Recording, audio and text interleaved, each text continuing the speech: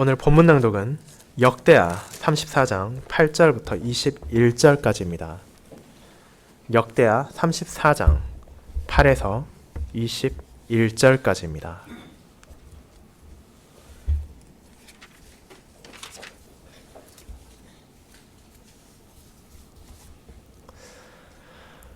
하나님의 말씀 낭독하겠습니다. 요시야가 왕에 있은 지 18째 해에 그 땅과 성전을 정결하게 하기를 마치고 그의 하나님 여호와의 전을 수리하려 하여 아살랴의 아들 사반과 시장 마아세야와 서기관 요아하스의 아들 요아를 보낸지라. 그들이 대제사장 힐기야에게 나아가 전에 하나님의 전에 헌금한 돈을 그에게 주니 이 돈은 문을 지키는 레위 사람들이 므낫세와 에브라임과 남아있는 모든 이스라엘 사람과 온 유다와 베냐민과 예루살렘 주민들에게서 거둔 것이라. 그 돈을 여호와의 전 공사를 감독하는 자들의 손에 넘기니 그들이 여호와의 전에 있는 일꾼들에게 주어 그 전을 수리하게 하되 곧 목수들과 건축하는 자들에게 주어 다듬은 돌과 연접하는 나무를 사며 유다 왕들이 헐어버린 성전들을 위하여 들보를 만들게 하매 그 사람들이 성실하게 그 일을 하니라. 그의 감독들은 레위 사람들 곧 므라리 자손 중 야핫과 오바댜요 그앗 자손들 중 스가랴와 무술람이라. 다 그 일을 감독하고 또 악기에 익숙한 레위 사람들이 함께하였으며 그들은 또 목독군을 감독하며 모든 공사 담당자를 감독하고 어떤 레위 사람은 서기와 관리와 문지기가 되었더라. 우리가 여호와의 전에 헌금한 돈을 꺼낼 때 제사장 힐기야가 모세가 전한 여호와의 율법책을 발견하고 힐기야가 서기관 사반에게 말하여 이르되 내가 여호와의 전에서 율법책을 발견하였노라 하고 힐기야가 그 책을 사반에게 주매 사반이 책을 가지고 왕에게 나아가서 복명하여 이르되 왕께서 종들에게 명령하신 것을 종들이 다 준행하였나이다. 또 여호와의 전에서 발견한 돈을 쏟아서 감독자들과 일꾼들에게 주었나이다 하고 서기관 사반이 또 왕에게 아뢰어 이르되 제사장 힐기야가 내게 책을 주더이다 하고 사반이 왕 앞에서 그것을 읽음에 왕이 율법의 말씀을 듣자 곧 자기 옷을 찢더라. 왕이 힐기야와 사반의 아들 아히감과 미가의 아들 압돈과 서기관 사반과 왕의 시종 아사야에게 명령하여 이르되 너희는 가서 나와 및 이스라엘과 유다의 남은 자들을 위하여 이 발견한 책의 말씀에 대하여 여호와께 물으라. 우리 조상들이 여호와의 말씀을 지키지 아니하고 이 책에 기록된 모든 것을 준행하지 아니하였으므로 여호와께서 우리에게 쏟으신 진노가 크도다 하니라. 아멘. 설교 후에는 시편 32편 3절, 4절, 5절을 함께 부르도록 하겠습니다.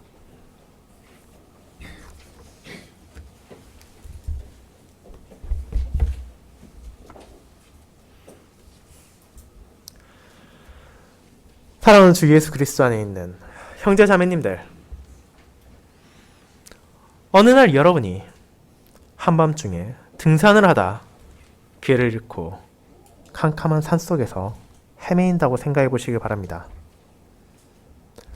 우리가 살고 있는 도시와 달리 건물에서 새어나오는 빛도 없고 험난한 길가에 가로등도 전혀 보이지 않을 것입니다. 심지어 우리가 가지고 있는 핸드폰의 전파가 터지지 않아 외부로 연락조차 취할 수 없다고 생각해 보십시오. 그런 상황에서 여러분이 가고 싶은 정상으로 가거나 혹은 안전하게 밑으로 내려간다는 것은 결코 쉽지 않을 것입니다. 우리는 걷던 도중 나무뿔이나 길 위로 튀어나온 돌에 걸려 넘어질 수도 있으며 길을 알지 못해 어느 방향으로 걸어야 할지 착각해서 가고자 했던 것과 전혀 다른 엉뚱한 곳으로 향할 수도 있습니다. 그렇기에 우리는 그와 같이 위험한 조난을 당한 것은 피하고 싶을 것입니다. 이제 이 땅에 살아가는 신자의 삶을 생각해 보도록 합시다.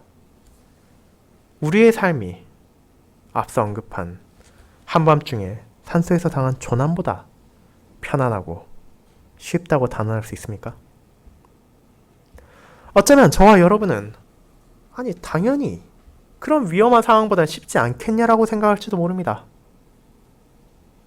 어떻게 그런 위험한 길을 앞도 보이지 않는 상태에서 걷는 것과 우리의 이 땅에서 삶이 비교될 수 있냐고 말입니다. 하지만 우리가 신중하게 우리의 삶을 돌아보고 신자의 소명을 생각해 본다면 이것은 결코 과장된 비교가 아니라는 것을 깨달을 수 있습니다. 우리를 둘러싸고 있는 세상과 사회는 산속에 칠흑 같은 어둠보다 더욱 캄캄하여 신자가 자신이 가는 길을 제대로 볼 수 없게 만들며 우리 자신의 옛 본성은 고장난 나침판 그리고 전화가 걸리지 않는 핸드폰과 같아서 욕망과 이기심으로 우리가 바른 길을 떠나도록 인도하려 합니다. 우리 주변의 불신자들은 계속해서 우리가 나아가고 있는 그 길이 잘못된 길이라고 속삭이며 자신들과 같이 편하고 쉬우며 모두가 걸어가는 길을 함께 나아가자고 유혹하기까지 합니다. 그렇게 우리가 자신의 능력만을 의지하며 이 땅에서 살아간다는 것은 너무도 부족하고 너무나 어려우며 산속에서 당한 조난보다도 쉽지 않을 수 있다는 것을 깨달을 수 있습니다. 하지만 우리를 인도하는 어떤 빛도 없는 것이 아닙니다. 하나님께서는 자신을 찾는 백성들을 그분의 말씀을 통해 인도하십니다. 우리에게 언약의 말씀을 주심으로 흔들리지 않는 나침판으로서 그리고 우리가 향해야 할 앞길을 비춰주는 빛으로서 우리가 혼탁하고 어두운 세상 속에서도 그분의 뜻에 살아갈 수 있도록 자비를 베풀어 주시기 때문입니다. 그리고 이와 같은 하나님의 크신 자비와 은혜가 그분을 찾는 요시아 왕과 유다 백성들에게도 임했습니다. 그들이 더럽혀진 성전을 정결하게 하고 기능을 잃어가던 여호와의 전을 보수할 때 하나님께서는 자신을 찾는 그들을 기꺼워하시며 그들에게 율법책을 발견하게 하심으로 아버지와 할아버지의 세대부터 이어졌던 그들의 어리석음과 잘못을 알게 하셨을 뿐 아니라 여호와의 언약 백성으로서 살아간다는 것이 어떤 의미를 가지고 있는지를 바르게 깨닫도록 하신 것입니다. 이와 같은 방식을 통해 하나님께서는 과거도 그리고 지금도 그리고 미래에도 자신을 찾는 백성들을 인도하신다는 것을 우리는 확인하게 됩니다. 그리고 이를 다루는 역대하 34장 8절부터 21절의 본문을 자신을 찾는 백성을 인도하시는 하나님이라는 제목으로 나누고자 합니다. 그리고 이 본문에서 드러나는 하나님을 찾는 요시아와 그런 그에게 율법책을 내려주신 하나님에 대해 두 부분으로 나누어서 알아가도록 하겠습니다. 첫째, 하나님을 찾는 요시아에 대해 먼저 알아보겠습니다. 성도 여러분, 잠시 여러분의 기억을 뒤로 돌려 한 달 전에 들었던 역대하 34장 전반부에 대한 설교 내용을 떠올려 보시길 바랍니다. 당시 우리는 오늘 읽은 역대하 34장에 앞서 나오는 역대하 33장을 통해 요시아가 왕이 오를 때의 상황과 역대하 34장 1에서 7절을 통해 그런 상황에서 약속된 왕으로서 유다의 왕이 된 요시아가 취한 행동을 함께 나누었습니다. 그가 어린 나이에 왕이 올랐을 때 요시아가 마주해야 했던 것은 평안하고 안정된 나라가 아니었습니다. 그의 할아버지인 므낫세와 그의 아버지인 아몬의 악행과 배역이 여전히 나라를 뒤덮고 있었습니다. 심지어 선왕인 아몬은 오랜 통치를 하지도 못하고 단 2년 만에 신하의 반역으로 인해 목숨을 잃음으로 유다의 정치적 상황이 극도의 혼란에 빠져 있다는 것을 드러내었습니다. 또한 근동지방의 강국이었던 아수르가 힘을 잃어가며 다른 나라들이 각각 야심을 드러내며 깃발을 내걸고 있었기에 유다를 둘러싼 국제적인 정세 역시 전혀 안정적이지 않았습니다. 하지만 유다, 하나님의 백성들이 마주하고 있던 가장 큰 어려움은 그런 것이 아니었습니다. 그들이 가장 먼저 해결해야 하는 것은 바로 하나님에게서 등을 돌리고 우상들을 섬기며 살았던 자신들의 죄악이었습니다.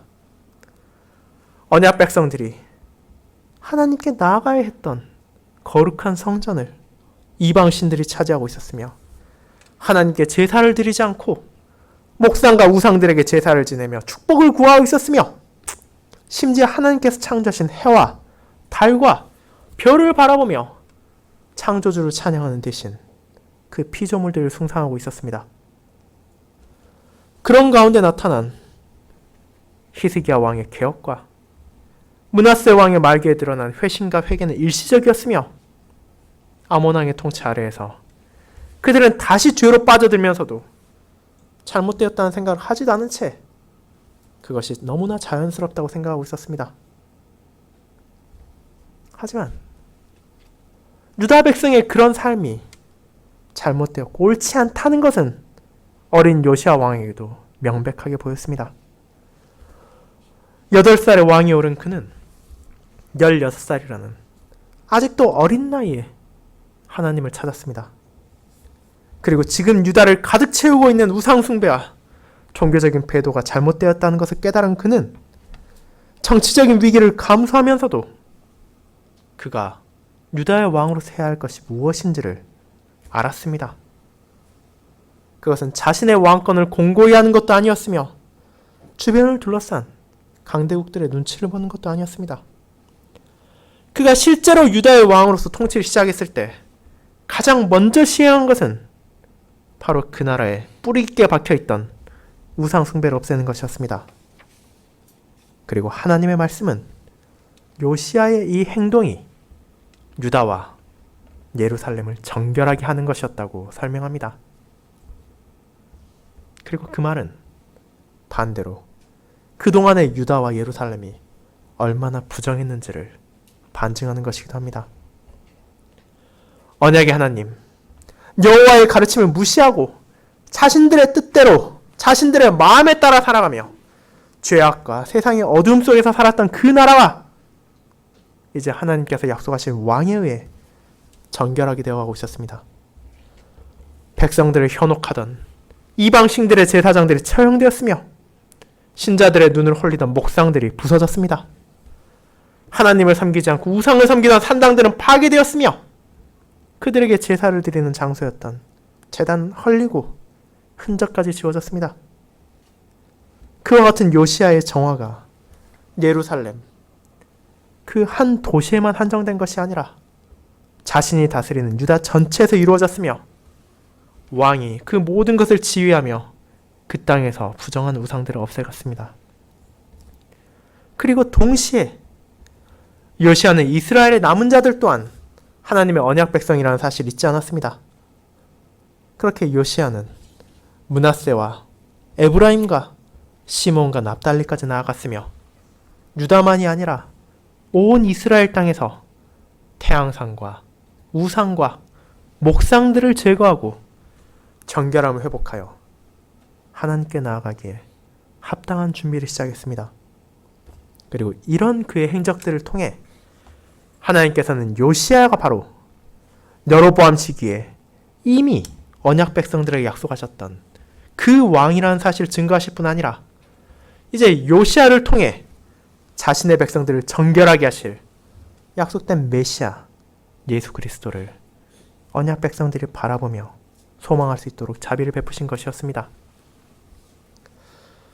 자, 이와 같이 우상을 제거하고 유다와 이스라엘 땅을 정결하게 하는 요시야의 행적은 결코 한순간에 다 이루어질 수 있는 것이 아니었습니다.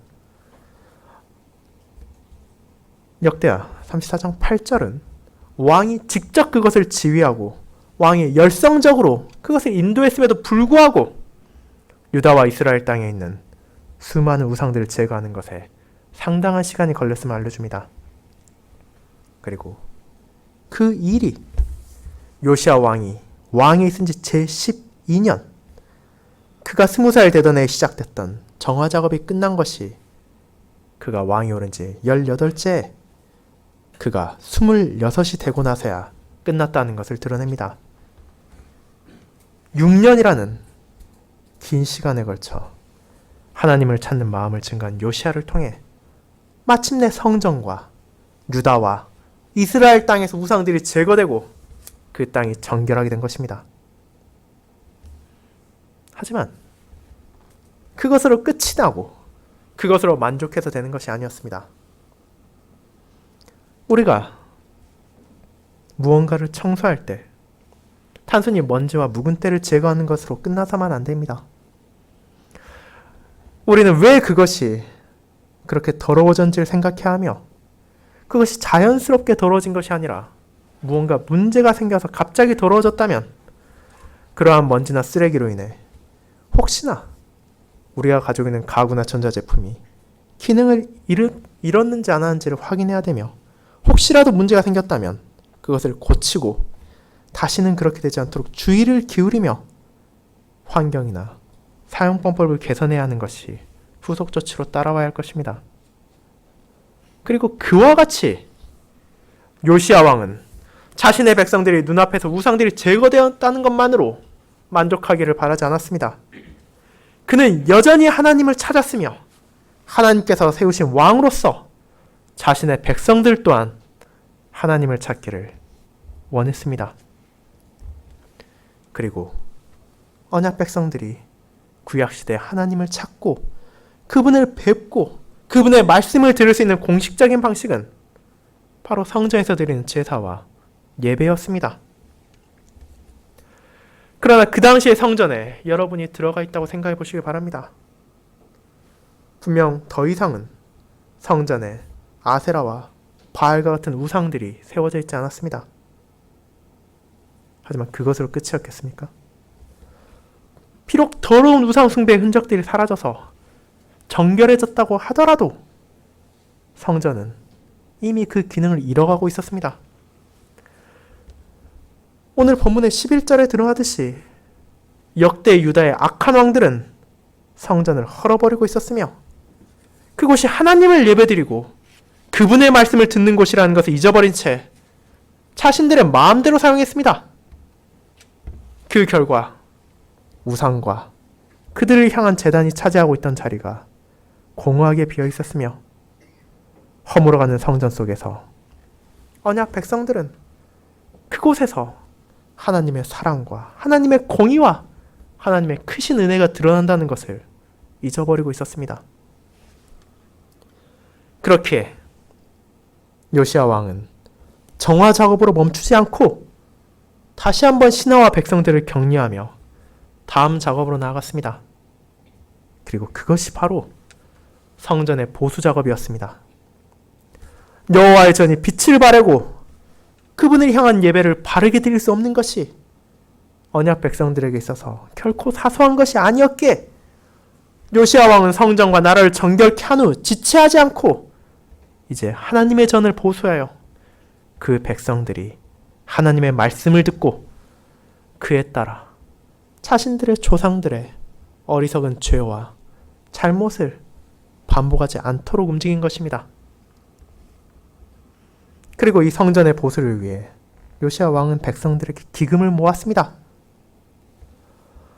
이것은 오늘날 많은 교회들이 이미 멀쩡한 교회를 놔두고 감당하기도 힘들 더 크고 휘황찬란한 교회로 옮기기 위해 모은 것과 같은 것이 아니라 기능을 잃어버리고 있고 허물어져 가고 있는 성전을 회복하기 위해 필수적인 것이었습니다. 그리고 이를 레위 사람들이 모든 이스라엘 사람과 온 유다와 베냐민과 예루살렘 주민들로부터 거두었습니다. 하나님의 언약 백성들이 한마음이 되어 제물을 바침으로 유다만이 아니라 이스라엘 백성들까지도 요시야를 통해 성전이 보수됨으로 하나님을 향한 예배의 회복이 이루어지기를 바랬습니다. 이제 그들의 헌신으로 여호와의 전을 고치기에 충분한 자금이 모였기에 요시야는 신하들을 통해 당시 대제사장이던 hil기야에게 이를 보내므로 성전에 필요한 것들을 확인하고 성전을 고쳐나가도록 지시했습니다. 그 돈을 받은 hil기야는 이제 그것을 다시 실제로 공사를 감독한 자들인 레위 사람들에게 넘겨주었습니다. 레위인들 중 특별히 야학과 오바댜, 스가랴와 무술람이 이를 책임지고 관리했으며 다른 레위인들 역시 각자 하나님께서 자신들에게 주신 선물들을 활용하여 성전이 재건되는 일에 함께했습니다. 그들은 목수들과 건축한 자들을 감독하여 이 중요한 업무를 진행하기도 했으며 또한 누군가는 서기와 관리와 문지기로서 일함으로써 각자의 직분에 따라 성실하게 일함으로 그들에게 주어진 소명에 따라 여호와의 전을 보수해 나갔습니다. 하지만 여기서 어떤 사람은 왜 레위 사람들, 특별히 악기에 익숙한 레위 사람들이 이 성전 재건이라는 중요한 임무의 감독들이 되었는지를 의문을 가질 수 있을 것입니다. 먼저 우리가 생각해야 될 점은 레위인들이 가진 소명 중 하나는 분명 성전에서 합당한 음악을 연주하는 것이라는 것입니다. 그와 같은 직분을 맡은 자들이 우리가 시편에서 보았던 고라 자손들이었으며 또 그들을 포함한 레위인들이었습니다. 하지만 그들이 성전에서 악기만을 연주하고 성전의 문만을 지킨다고 생각하는 것은 그들의 소명을 너무나 제한적으로 본 것이었습니다. 역대상 26장은 실제로 레위인들의 직무가 그보다 훨씬 방대했다는 것을 보여줍니다. 그들은 여호와의 전을 침입자로부터 지키는 자들이기도 했으며 성전의 재물과 창고를 관리하는 소명 또한 가지고 있었습니다. 왕과 신하들이 하나님께 바친 재물들을 잘 사용해서 성전을 지속적으로 관리하고 개소하는 일 또한 그들의 직무였습니다. 그뿐 아니라 그들은 언약 백성들의 관원과 재판장으로서 일했으며 성전의 다른 잡다한 일들을 처리하고 왕을 섬기는 직임도 가지고 있었습니다. 즉 이와 같이 그들의 직무는 하나님의 뜻에 따라 성전에 관한 전반적인 일들을 맡아 임하는 것이었습니다.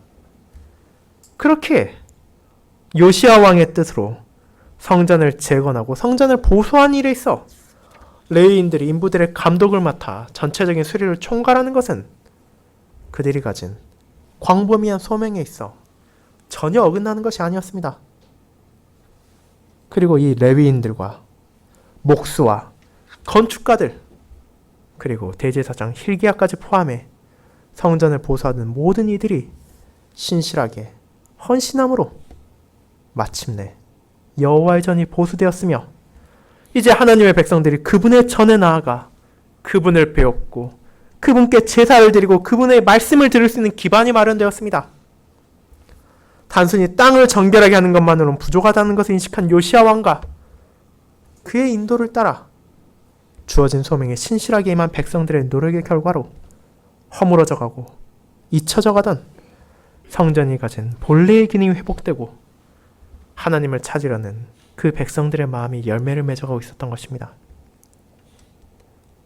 자, 이와 같은 사역을 통해 요시야가 가리킨 메시아인 우리의 주님께서는 자신의 백성들을 위해 그보다 더 큰 은혜를 베풀으셨습니다. 그분께서는 우리의 유일한 중보자이시며 구원자로서 십자가에서의 희생제사를 통해 아담과 하와 이후 모든 인류가 하나님 앞에서 죄인으로서 받아야 할 심판을 저와 여러분의 자리에서 대신하여 받아들이시고 자신의 보혈로 우리의 죄를 씻어주사 눈과 같이 휘어지게 하심으로 아버지 하나님 앞에서 우리를 정결하게 하셨습니다. 하지만 요시야가 그러했듯이 주님 또한 우리가 거기에 만족하도록 하지 않으셨습니다. 주님께서는 자신의 백성들, 자신의 피로 산 양떼들에게 기도를 가르치시며 이제 너희는 깨끗해졌으니 더 이상 아무 걱정하지 않아도 되고 하나님을 찾지 않아도 된다고 말하지 않으셨습니다.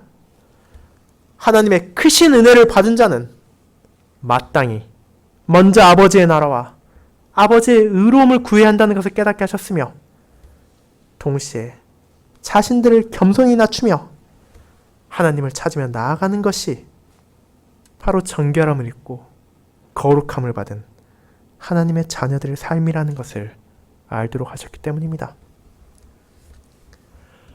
사랑하는 성도 여러분, 그렇게 우리는 요시야 왕의 행동과 그에 호응하여 성전을 보수하기 위해 헌신했던 백성들의 마음을 가벼이 여겨서는 안 됩니다. 하나님의 은혜로 인해 그분의 말씀을 듣고 그분의 가르침을 배움에도 신자들이 종종 빠지는 함정 중 하나는 공적인 예배의 중요성과 삶 속에서 하나님을 찾는 것이 그분의 언약 백성들에게 얼마나 중요한 것인지를 잊어버리는 것입니다. 하지만 하나님께서 유다에 약속하셨던 요시야 왕은 그 사실을 기억하고 있었습니다. 자신의 선조 다윗의 길로 걸으며 좌로나 우로나 치우치지 않았던 그는 언약 백성들에게 있어 공적인 예배와 제사를 통해 하나님을 찾는 것이 얼마나 소중한 것이며 그들에게 있어 필수적이라는 것을 깨닫게 했습니다. 그렇게 그는 성전과 나라의 정화작업이 끝나자 지체하지 않고 성전을 보수하고 그 기능을 회복하여 백성들과 함께 하나님께 나아가기를 구한 것입니다. 그리고 이 진리가 오늘날 살아가는 신자들에게도 변함없이 주어집니다.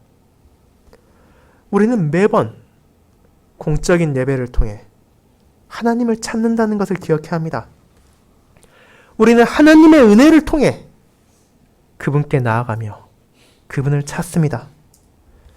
그리고 자비로우신 하나님께서는 자신의 백성들에게 크신 은혜를 베풀어 주심으로 그들에게 세상의 그 어디에서도 발견할 수 없는 구원의 약속을 깨닫게 하시며 그 사실에 위로를 받고 그 약속을 의지하며 살아갈 수 있게 하십니다. 그리고 그와 같은 은혜를 받은 그분의 자녀들은 이제 주의를 통해 받은 말씀과 은혜를 의지하며 자신의 일상의 삶 속에서도 하나님을 찾으며 그분의 뜻에 따라 살아가야 한다는 것을 기억하고 실천해야 합니다. 그리고 이와 같은 삶을 살아가며 그분을 끊임없이 찾는 자신의 자녀들에게 하나님께서는 또다시 은혜를 베풀어 주심으로 그들이 길을 잃고 방황하지 않고 아버지의 진리 안에서 감사의 삶을 살아갈 수 있도록 결코 변하지 않는 나침판이자 그들의 발을 비추어주는 빛은 율법을 내려주셨다는 것을 우리는 바라보게 됩니다. 두 번째, 율법책을 내려주신 하나님에 대해 나누도록 하겠습니다. 형제자매 여러분, 성전을 보수하기로 전한 요시야 왕의 결단과 그에 따른 언약 백성들의 헌신은 놀라운 결과로 이어집니다. 단순히 성전의 기능을 회복하고 예전의 모습으로 돌아가는 것을 넘어서 하나님을 찾고자 하는 이들이 반드시 알아야 하는 것을 발견하게 된 것입니다. 그것이 바로 대제사장 hil기야가 성전의 보수 과정에서 발견한 모세가 전했던 여호와의 율법책입니다. 신명기로 추정되는 이 말씀의 발견은 유다의 왕과 유다의 백성들에게 너무도 중요한 것을 깨닫게 했습니다. 그것은 바로 하나님을 어떻게 찾아야 하는가와 하나님을 찾지 않는 배도자들에게 내려질 그분의 저주와 진노였습니다. 이제 이 점에 대해 다루고 있는 14절부터 21절까지를 살펴보도록 합시다. 먼저 우리가 오늘 읽고 있는 역대하 34장과 동일한 시기를 다루고 있는 열왕기하 22장을 읽는다면 이 부분이 차이가 없다고 느껴질 수도 있습니다. 하지만 열왕기하와 역대하의 차이점은 바로 전후 맥락에 있습니다. 열왕기하에서는 마치 이 율법책을 발견한 것이 요시야 왕의 개혁의 발단이 된 것처럼 보일 수 있지만 그 내용을 보충한 역대하는 실제로 그렇지 않았다는 것을 알려줍니다. 그는 이미 하나님의 뜻을 알고 그분을 찾고 있었으며 마땅히 나라를 정화하고 백성들을 바르게 인도하여 성전을 수복했습니다. 그리고 그 과정에서 하나님께서는 모세를 통해 내려준 율법책을 발견하게 하심으로 그들이 어떻게 하나님을 찾아야 하는지를 바르게 헤아릴 수 있도록 은혜를 내려주신 것입니다.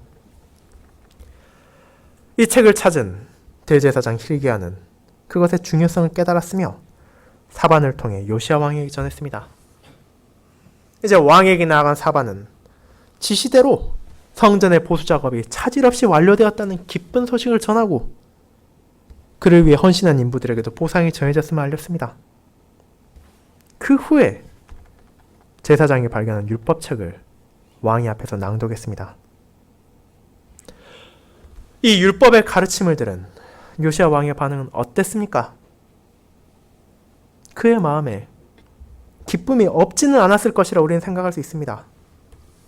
유다의 악한 왕들의 잔재로 인해 하나님의 말씀이 성전에서 먼지만 쌓여가고 있던 것을 발견했으니 이 어찌 기쁜 일이 아닐 수 있겠습니까? 하지만 그 율법책에 담긴 내용은 요시야 왕에게 충격을 가지고 왔습니다. 심지어 그가 왕의 옷을 신하들 앞에서 찢을 정도로 비통함을 느끼게까지 했습니다. 그렇다면 대체 율법책을 통해 하나님께서 무엇을 말씀하시고 계시기에 이를 들은 왕이 슬퍼함에 애통함을 표했던 것입니까? 오늘 본문에 나오는 hil기야가 발견한 율법책에 대해 많은 신학자들은 이것이 신명기일 것이라고 의견을 모으고 있습니다. 그 이유는 무엇입니까?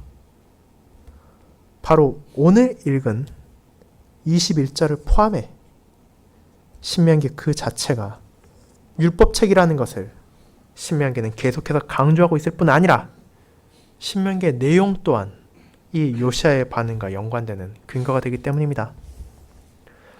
신명기의 핵심 주제 중 하나는 하나님께서 자신의 백성들과 맺으신 언약입니다. 이스라엘 백성들이 가치가 있고 훌륭해서가 아니라 연약하고 무력했던 그 백성들을 하나님께서 택하시고 그들을 건지시고 그들에게 은혜를 베풀으셨습니다. 그리고 그 언약은 오늘 읽은 신명기 29장에서도 나오듯이 하나님의 크신 약속을 드러낼 뿐만 아니라 그에 대한 백성들의 순종을 요구하고 있습니다. 순종하지 않고 하나님의 뜻을 거역한 자들에게 찾아오는 것은 그분의 진노이며 그분께서 내리신 저주입니다. 이를 맺으신 여호와 하나님께서는 신실하신 분이기에 그분의 약속을 분명 지키실 뿐 아니라 이를 어기는 백성들을 향한 저주 또한 실천하실 것입니다. 그리고 이제 자신 앞에서 사반이 이 율법책을 읽음으로 요시야 왕은 그동안 유다 백성들과 유다의 왕들이 잊고 있던 것을 깨닫게 되었습니다. 그것은 바로 하나님의 언약에 만족하지 않고 그분을 찾지 않고 그분을 순종하지 않았던 그 백성들의 죄였습니다. 요시야 자신은 어린 시절부터 하나님 앞에서 정직하게 살아오며 좌우로 치우치지 않았지만 왕으로서 그 나라의 과거와 그 나라의 백성들의 삶을 바라볼 때 그는 유다가 하나님의 저주로부터 자유롭지 않다는 것을 깨달을 수밖에 없었습니다. 므낫세 시절 유다가 당한 스모와 아몬의 빠른 죽음의 이유 역시 하나님의 진노였습니다. 그들의 악정과 그들의 배도로 인해 유다에는 우상이 가득했으며 백성들 또한 하나님을 뒷전에 두고 마음대로 살아가고 있었습니다. 그 어리석음과 죄악이 얼마나 컸으면 성전을 파손했을 뿐 아니라 하나님의 율법책까지도 잊혀졌을 지경이었습니다. 그렇게 율법책에 기록된 말씀을 들은 요시야는 그것을 의심하거나 죄에서 회피하려는 대신 그 말씀이야말로 진정한 진리의 말씀이며 그 나라와 백성들의 죄악을 인정함으로써 자신을 낮출 수밖에 없었습니다. 그렇게 그는 자신의 옷을 찢었습니다. 구약시대 애통함을 보이는 전통적 표시 중 하나였던 옷을 찢음을 통해 그는 신하들 앞에서 자신이 얼마나 큰 슬픔을 느끼는지를 숨기려 하지 않았습니다. 그리고 이제 왜 그가 이토록 슬퍼했는지를 자신만 이해를 하지 않고 그 신하와 백성들까지도 알게 했습니다. 이것이 바로 오늘 나오는 21절입니다. 우리 조상들이 여호와의 말씀을 지키지 아니하고 이 책에 기록된 모든 것을 준행하지 아니하였으므로 여호와께서 우리에게 쏟으신 진노가 크도다. 그는 하나님의 진노가 유다와 이스라엘에 이미 내려왔으며 앞으로 다시 내려와도 마땅하다는 것을 회피하려 하지 않았습니다. 하나님의 거룩한 율법은 그에게 죄와 비참을 깨닫게 했을 뿐만 아니라 하나님의 공의로움을 알게 했습니다. 그렇게 하나님의 저주를 알게 되므로 요시야 왕은 슬퍼했습니다. 하지만 그는 슬픔으로 모든 것을 끝내지 않았습니다. 동시에 그는 여전히 하나님을 찾는 것을 계속했습니다. 저주와 진노가 임할 것이라고 자포자기해서 하나님에게서 등을 돌리는 것이 아니라 그런 죄와 비참을 깨달은 자가 바르게 행해야 하는 것이 무엇인지를 모든 백성들에게 보여준 것입니다. 그것은 바로 여전히 하나님의 뜻을 구하며 그분 안에 소망을 가지는 것이었습니다. 그렇게 자신이 믿고 신뢰할 수 있는 신하들과 대제사장들을 보내며 자신만이 아니라 자신과 유다의 백성들만을 위해서가 아니라 나와 및 이스라엘과 유다의 남은 자들 위해 주님의 뜻을 구하게 한 것입니다.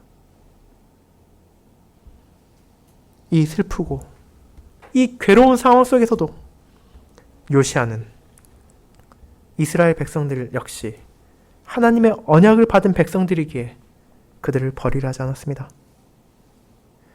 그들을 생각하며 그리고 하나님께서 율법책을 통해 저주만을 깨닫게 하신 것이 아니라는 것을 기억함으로 요시야는 자신과 언약 백성들이 그분의 뜻을 신실히 구함으로 직면한 하나님의 진노를 바르게 인식하고 그 상황에서 겸손히 아버지 하나님의 뜻을 구함으로 자신들이 행해야 할 길을 깨닫기를 원한 것입니다. 그리고 이와 같은 은혜를 하나님께서는 율법책을 요시야 왕과 유다에 내려주심으로 베풀어 주신 것입니다. 이제 이러한 요시야의 행적 또한 오실 메시아인 예수 그리스도를 가리키고 있었습니다. 참으로 의로우신 사람이자 참 하나님으로서 이 땅에 오신 주님께서는 요시야가 하지 못했으며 할 수도 없었던 놀라운 일, 자신의 백성을 죄에서 온전하게 정결하게 했습니다. 그리고 정결하게 된 백성들이 다시 죄로 돌아가지 않고 하나님을 찾도록 가르치셨을 뿐 아니라 그럼 어떻게 하는 것이 하나님을 찾는 것이며 하나님의 뜻에 따라 살아가는 것인지를 알려주셨습니다. 그리고 그것은 하나님께서 요시야 왕에게 주심으로 죄와 비참을 깨닫게 한 율법책의 내용과 다른 것이 아니었습니다. 자신이 율법을 폐하기 위해 오신 것이 아니라 아버지의 거룩한 율법을 완성하러 오심을 밝히신 주님께서는 율법이 결코 없어지지 않을 것을 전하시고 다음과 같이 말하셨습니다. 누구든지 이 계명 중 지극히 작은 것 하나라도 버리고 또 그같이 사람을 가르치는 자는 천국에서 지극히 작다 일컬음을 받을 것이요 라고 말입니다. 그리고 이것은 요시야가 깨달은 하나님의 공의와 일치합니다. 요시야가 그 조상들의 범죄, 여호와의 말씀을 지키지 않고 율법책에 기록된 모든 것을 순종하지 않았음을 떠올리며 옷을 찢으며 애통한 것처럼 주님께서도 자신의 백성들에게 율법의 모든 것을 온전히 순종함으로 하나님을 찾아야 한다는 것을 알려주신 것입니다. 그를 위해 그분께서는 율법이 가리키는 진정한 의미가 무엇인지를 가르치시고 그 백성들이 율법을 자신들의 뜻대로 빼고 더하지 않으며 온전하게 하나님의 뜻을 알도록 그리고 알게 된 그 뜻에 순종하도록 은혜를 베푸셨습니다. 사랑하는 형제자매 여러분, 이와 같이 언약의 의미를 잊고 있던 유다 백성들을 하나님께서는 버려두지 않으셨습니다. 그들에게 약속하셨던 요시야 왕을 통해 이제 자신을 찾는 언약 백성들에게 자비를 베푸심으로 그들의 조상들이 버려두고 있던 율법책을 발견하게 하셔서 잊고 있던 언약의 약속과 저주의 의미를 다시 알게 하시고 그를 통해 자신들의 죄와 비참을 깨닫게 하셨습니다. 그 결과 이제 헛된 바알과 아세라 그리고 가나안의 우상에서 답을 찾는 것이 아니라 하나님의 뜻 안에서 어려움을 이겨낼 소망을 발견하게 하신 것입니다. 그리고 이처럼 자비로우신 하나님께서 우리에게 그보다 더 큰 은혜를 베풀으셨습니다. 우리의 주님이신 예수 그리스도를 통해 구약시대 언약 백성들에게 주어졌던 율법의 의미를 온전하게 이해할 수 있도록 가르쳐 주셨으며 이제 그 율법을 통해 하나님을 찾는 감사의 삶을 살 수 있다는 은혜를 베풀으셨습니다. 그리고 그뿐이 아닙니다. 하나님의 그 크신 은혜를 받았음에도 여전히 자신의 능력만으로는 길을 잃고 헤매이는 저와 여러분을 위해 주님께서는 성령 하나님을 통해 우리와 항상 함께 하시며 우리에게 무엇이 바른 것이며 무엇이 잘못된 것인지를 가르쳐 주실 뿐 아니라 우리가 항상 하나님을 구하며 살아야 한다는 것을 일깨워 주시며 그분의 길로 우리를 인도해 주십니다. 이처럼 크신 은혜와 사랑이 주님을 통해 주님의 공로로 우리에게 주어졌습니다. 그렇게 우리는 지금 율법을 가지고 있음을 소중히 생각해야 합니다. 하나님께서 언약의 말씀을 우리에게 주시고 구원의 약속뿐만이 아니라 불신자를 향한 저주의 약속을 주셨습니다. 신실하신 하나님께서 그 모든 것을 지킬 것이기에 신자는 하나님 안에서만 소망을 찾으며 그분의 뜻에 순종함으로 하루하루를 살아가길 원합니다. 그 삶에서 거룩하신 율법을 주심으로 우리의 죄와 비참을 깨닫게 해주심에 감사하며 겸손함과 애통함 가운데 아버지의 뜻을 구하는 자들을 건져주시는 크신 사랑에 더욱 감사합시다. 그리고 율법으로 그분만을 찾는 우리가 모든 영광을 받으신 하나님께 합당한 감사의 삶을 살아갈 수 있도록 흔들리지 않는 지침을 주시고 그 길을 나아가도록 그분의 영을 통해 인도하심에 감사합시다. 이처럼 우리가 감당할 수 없으며 우리가 받을 자격이 없음에도 크신 사랑과 은혜를 하나님께서 저와 여러분에게 베풀어 주셨습니다. 그리고 이를 깨달음으로 이 은혜를 베풀어 주신 하나님을 향하는 끊이지 않는 감사가 여러분의 한 주에 가득하시기를 바랍니다. 아멘.